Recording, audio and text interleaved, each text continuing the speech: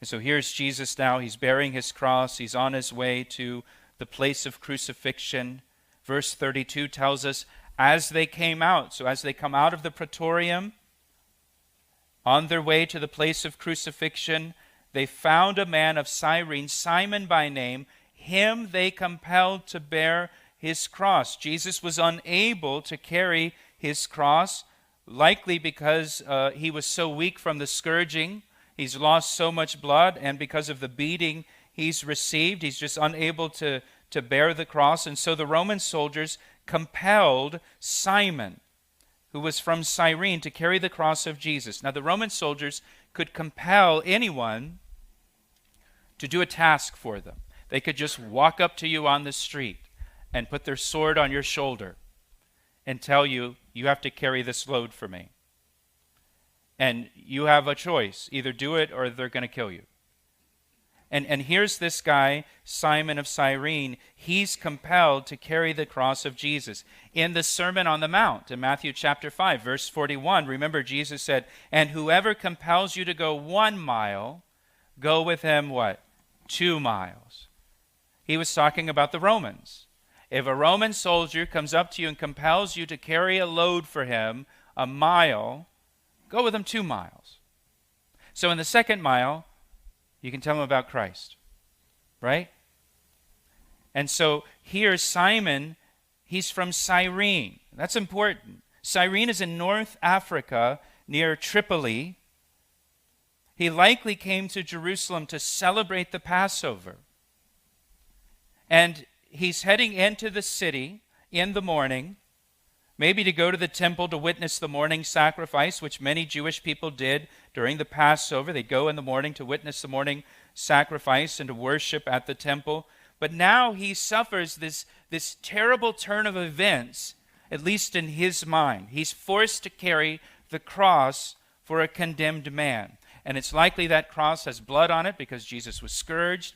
And because it has blood on it now, Simon would become ceremonially unclean for carrying the cross of Jesus and unable to participate in the Passover celebration. And so in Simon's mind, this is awful. He's traveled all the way from North Africa to attend this celebration. This is a wasted trip to Jerusalem now. He spent all that money to travel there. He's taken time off from work. He's made that long journey. And this disqualifies him from participating in the feast. He might as well go back to his hotel and pack up his stuff and just go home at this point.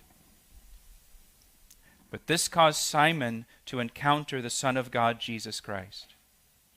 What he thought was terrible, what he thought was awful, actually brought him face to face with Jesus Christ and the cross. Something he didn't expect to encounter that day. Like many of us here, we weren't looking for Jesus when we encountered him.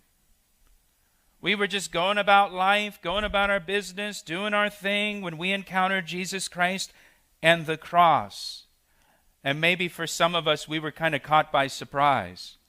By maybe someone shared the gospel with us, or maybe someone invited us to church and we heard the gospel. Maybe we heard a message on the radio, or maybe we saw something on television, whatever it may be. We were confronted with Jesus unexpectedly, confronted with the gospel, confronted with the cross. And Simon is confronted with Jesus and confronted with the cross. And we don't know the rest of Simon's story. We don't know if after he got to the place of crucifixion, did he stay? Did he watch Jesus die? Did he begin to connect the dots? Did he understand what was happening? We don't know for sure if Simon became a believer in Jesus Christ after this encounter. But here's what we do know. If you're taking notes, there's a couple verses that you might want to jot down. The first one is Mark chapter 15, verse 21. Mark 15, 21. The second verse is Romans 16, verse 13. Romans 16, verse 13. In Mark 15, 21, that's Mark's account of this.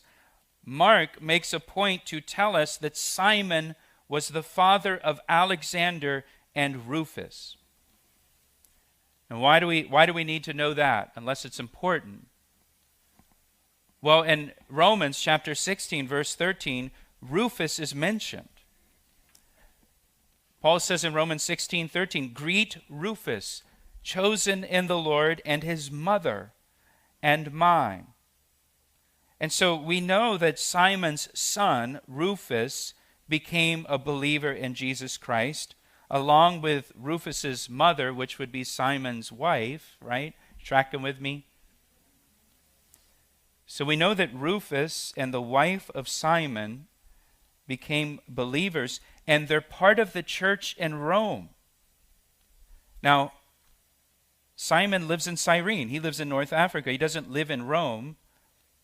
But it's believed that possibly that Simon and his family all became believers in Jesus Christ and may have become missionaries to Rome.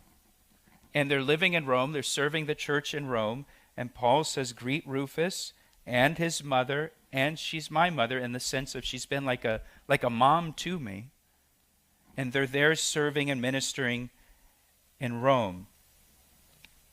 So I can't say for sure if Simon's a believer, but you can file that away for heaven, right? When you get there, just kind of look around. Is there anyone here from Cyrene named Simon who has a son named Alexander and a son named Rufus? I wouldn't directly ask about it just in case he's not a believer. That would be awkward, right? Because then, don't bring up Simon, you know.